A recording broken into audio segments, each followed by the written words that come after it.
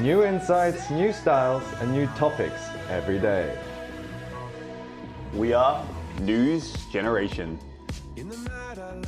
Making news just for you. It's March 24th here in Seoul. I'm Shin-Yun, and this is News Generation, where we make the news at Arirang's very own open studio. Every morning, we'll discuss the top issues and latest current affairs affecting people in their 20s and 30s. Joining me in the studio is Kim Xiang. Good morning, yeah. And Walter Lee. Lovely to be here. Now, both are here to speak on behalf of those in their 20s and 30s. Now, we'll first start with our news feed that covers different hashtags and news items that have been trending on social media over the past 24 hours. The first hashtag is AI Trump. Fake AI images of former U.S. President Donald Trump being arrested have been circulating on social media. Trump had said over the weekend that he expects to be arrested over falsifying business records and paying hush money during the 2016 election. And to that, Elliot Higgins, the founder of investigative collective Bellingcat, created these images through AI and shared them on social media on Monday. Since then, the images have been retweeted without context, spreading misinformation that the former president has been arrested when in actual fact he had not. And the second hashtag is Dior jacket, referring to the $1,900 Christian Dior jacket Kim Joo-ae, the daughter of North Korea's leader, seemed to be wearing. Kim Joo-ae, known to be one of the 3 children of Kim Jong-un, was recently seen wearing this luxury brand jacket while accompanying her father at the launch of the Hwasong 17 ICBM. Her jacket caught attention because it showed a stark contrast to what the people of North Korea reportedly suffer from, and that's severe food shortage. And the third hashtag is Statistics Korea.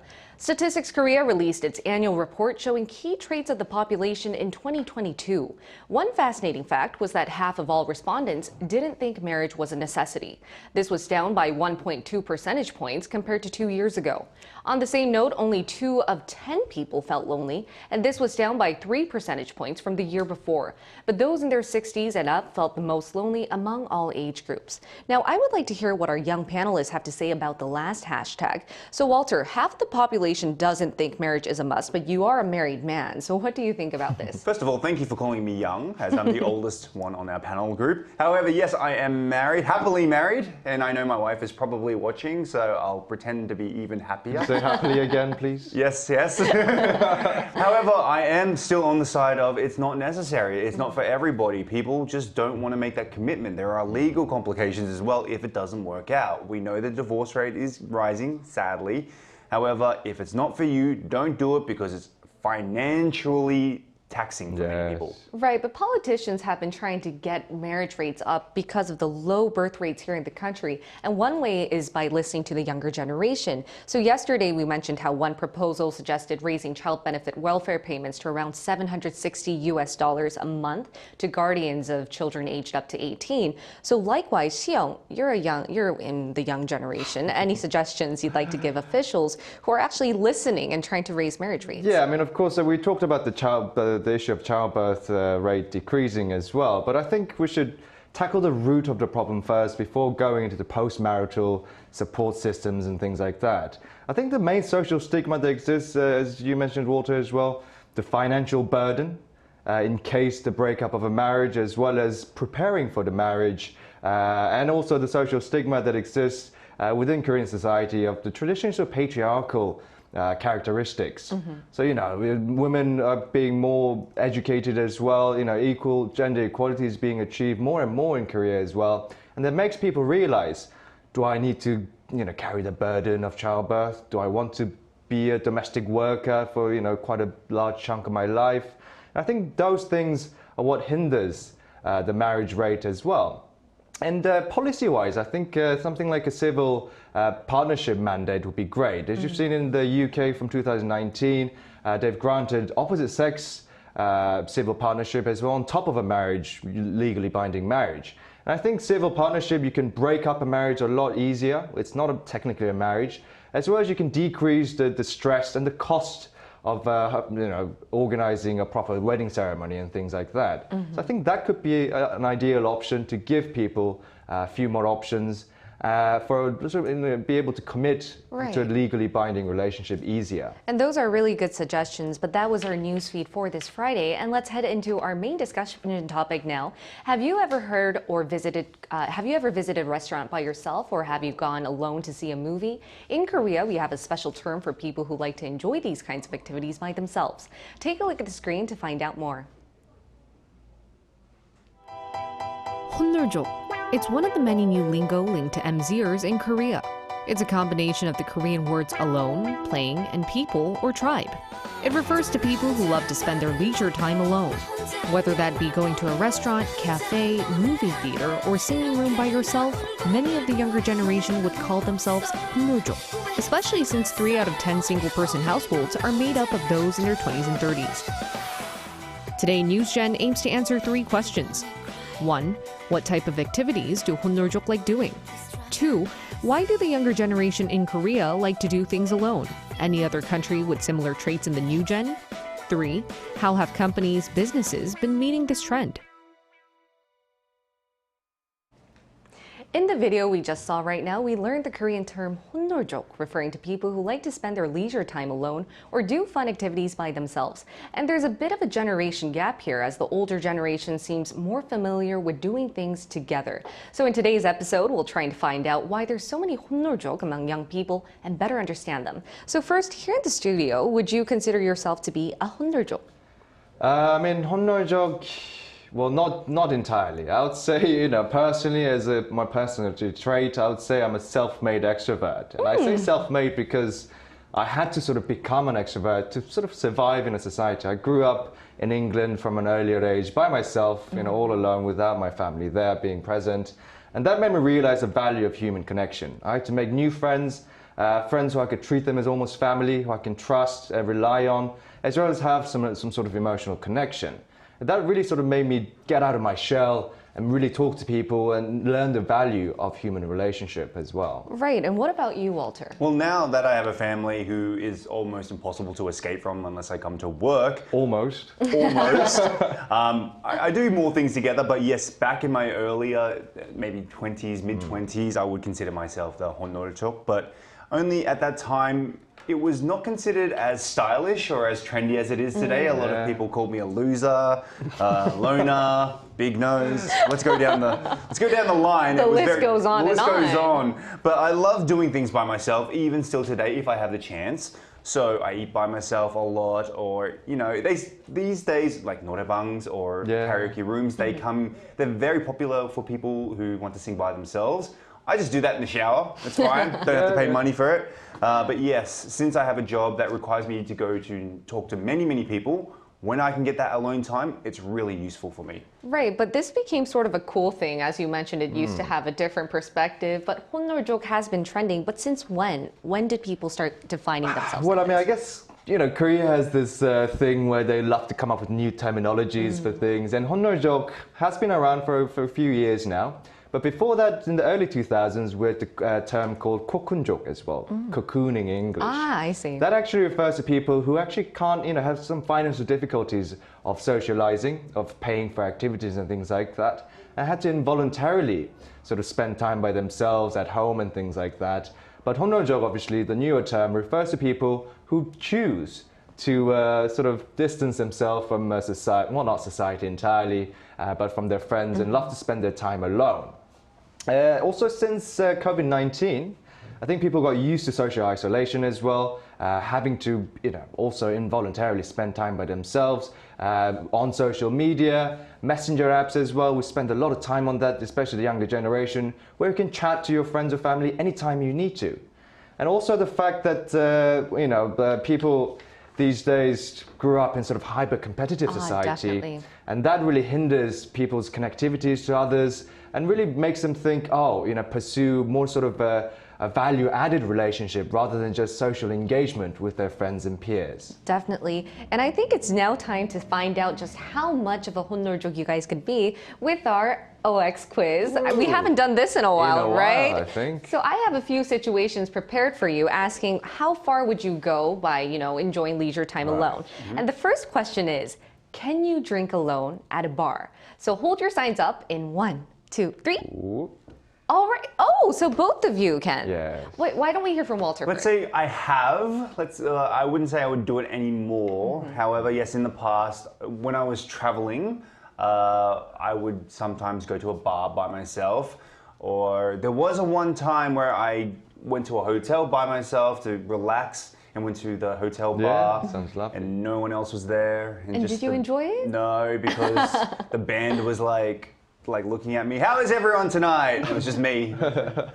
Walter, they're alone. But what about you, Xiao? So you can drink alone at a bar. Yeah, I mean, I actually did that a few times, well, recently as well, but not the most recent times, because, you know, sometimes you get too busy and you have to spend time that you have with other people drinking and socializing rather than having the time for yourself. I used to even sometimes go to one of those old school bars where it's a bit quieter. They play some vinyls as well. You can choose your vinyls. You can bring your own to play on the speakers. Really nice speakers and things like that. Have a glass of whiskey and read a book or something in the evening. Jot down my ideas for life and things. It sounds a bit... I know, I was just thinking, you're a self-made extrovert, as you said. Exactly, But you so still, I needed some alone time now and then. I see, because you're self-made. All right. The second question is, can you travel alone? Ready? Oh, so yeah. Okay, I 1, would 2, 3, say go. no. Okay, so we have different answers for this one. Walter, why? I've traveled alone many times, and it's because I am one of those travelers who likes to walk a lot. And when I say walk a lot, I don't mean like here and there, I mean You mean like a short lot. marathons? Yeah, basically, I'm doing a marathon on my travel. So as an example, I went to Japan for 3 days, and in that 3 days, I walked around 50 to 60 kilometers, just continuously walking and eating. Right. I don't know too many people who would be willing to do that with me. They'd rather relax. My wife wouldn't do it at all, and now we have a baby. That's a no-go. Yeah. So I would really want to just travel alone. It's just convenient. For me, at least, yeah. What about you, Xiao? I mean, I thought about it, and I do like to travel by myself, and sometimes I do go to a destination by myself, but I realize that every time I do go to a foreign destination by myself, it's usually to meet a friend who's a local there or something and spend some time with he or she, and just, you know, getting to know the culture better.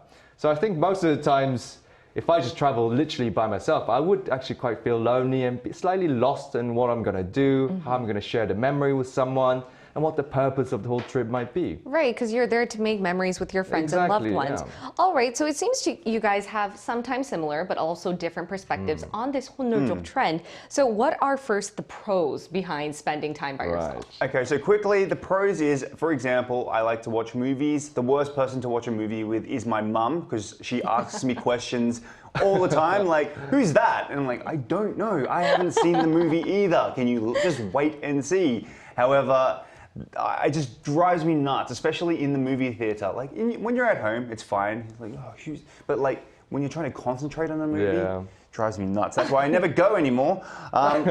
Also, as I said, I eat alone these days, so I also eat very quickly. And the last thing I want to do is wait for other people. So for people like me who eat quickly, it's a very good positive that we eat alone. Right. Then what are the cons of spending time by yourself? I mean, I think the biggest con for me personally would be the same thing as Walter, eating. Well, that's a pro for him, but for me, because also, you know, I want to go to a restaurant and try new foods and different dishes as well. I want to try as many menus as I can at one time.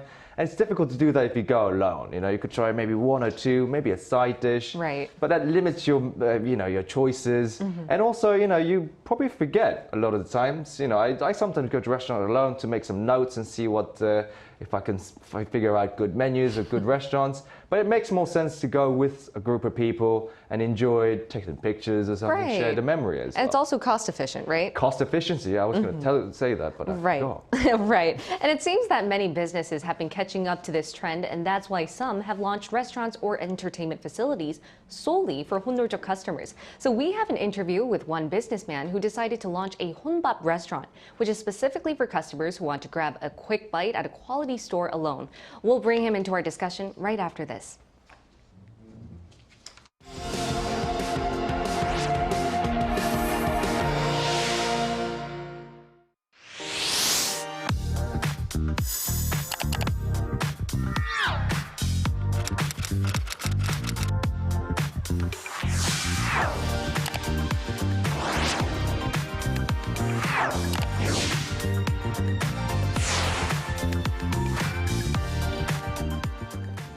We're now going to be hearing from a man who's done years of market research and found that a growing number of consumers are becoming 혼혈족. And that's why he's built his empire off of customers who want to enjoy good food alone. It's Park Yo-ha, CEO of Lanchester Group and the creator of Saomegosu, a pork dish franchise restaurant specifically for individual customers. Welcome, Yo-ha. Good morning. I'm very pleased to be here. All right, Yoha. So first, tell us about your business model and how you launched it in the first place. And what did you find out after pouring hours and hours into your market research? Basically, we are doing a restaurant franchise business, and then we run a little over 130 stores nationwide.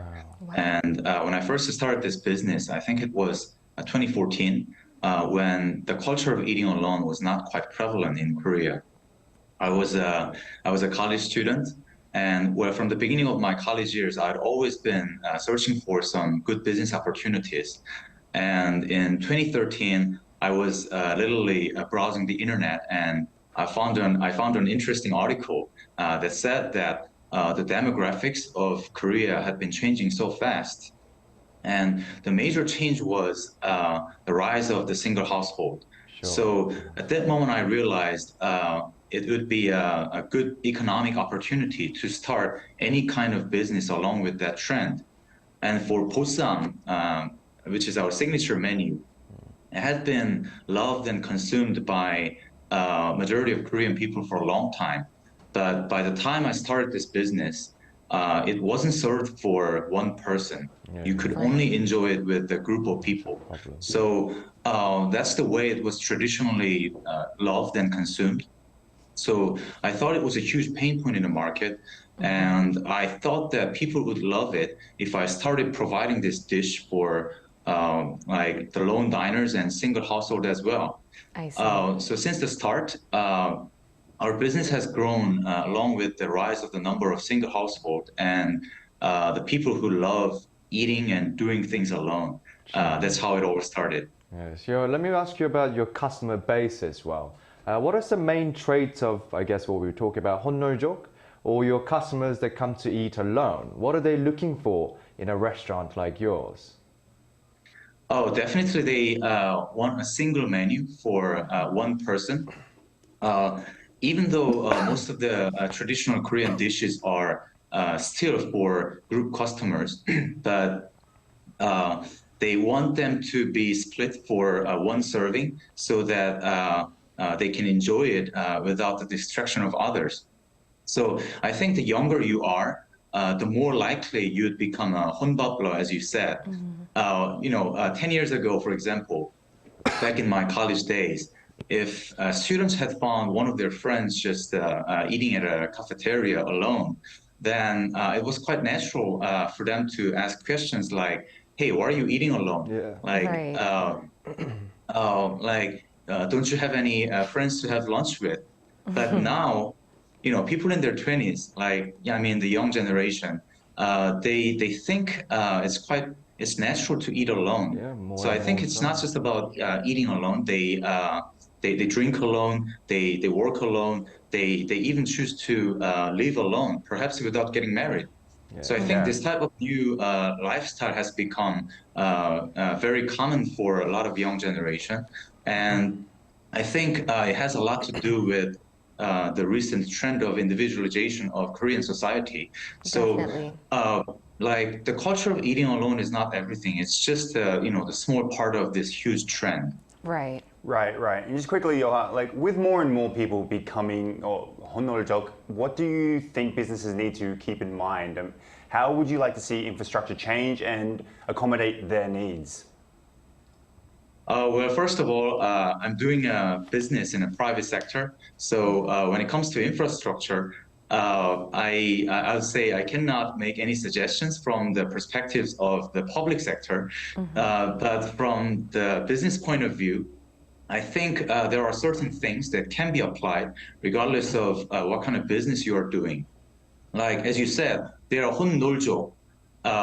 So if you said, they are 혼놀족 because they want their own space and a time. Yes. So if you set your target customers as them, then I think you always have to keep in mind that you provide them with their own space, whether it's like real physical space or like a time or product or whatever. Make sure you make them feel comfortable while being alone. Yes. And even beyond that, if you can make them feel proud of the fact that they are enjoying their own time, they're enjoying time alone, I think you will surely be able to satisfy them, and that's one thing that I always try Individualized to. products would be ideal. Right, make them enjoy their quality time even though they're alone. Thank you so much, Yuha. It was a Thank pleasure you, to have you Yuha. here. There you are. My pleasure. Thank you.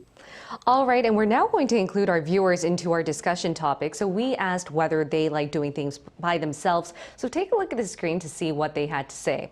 So Veroka said, I definitely prefer doing things with others, but I also find it difficult to find people to do things with these days. And Carl84 said, I'm an INFJ and that's his MBTI. So I prefer doing everything on my own. I'm too shy to socialize with others. Kyuhyun Kim says, when I want to do something new, like watching a new movie I've been waiting for or visiting a new place, I tend to do it alone so I can solely focus on it and achieve what I've been expecting since I was planning it.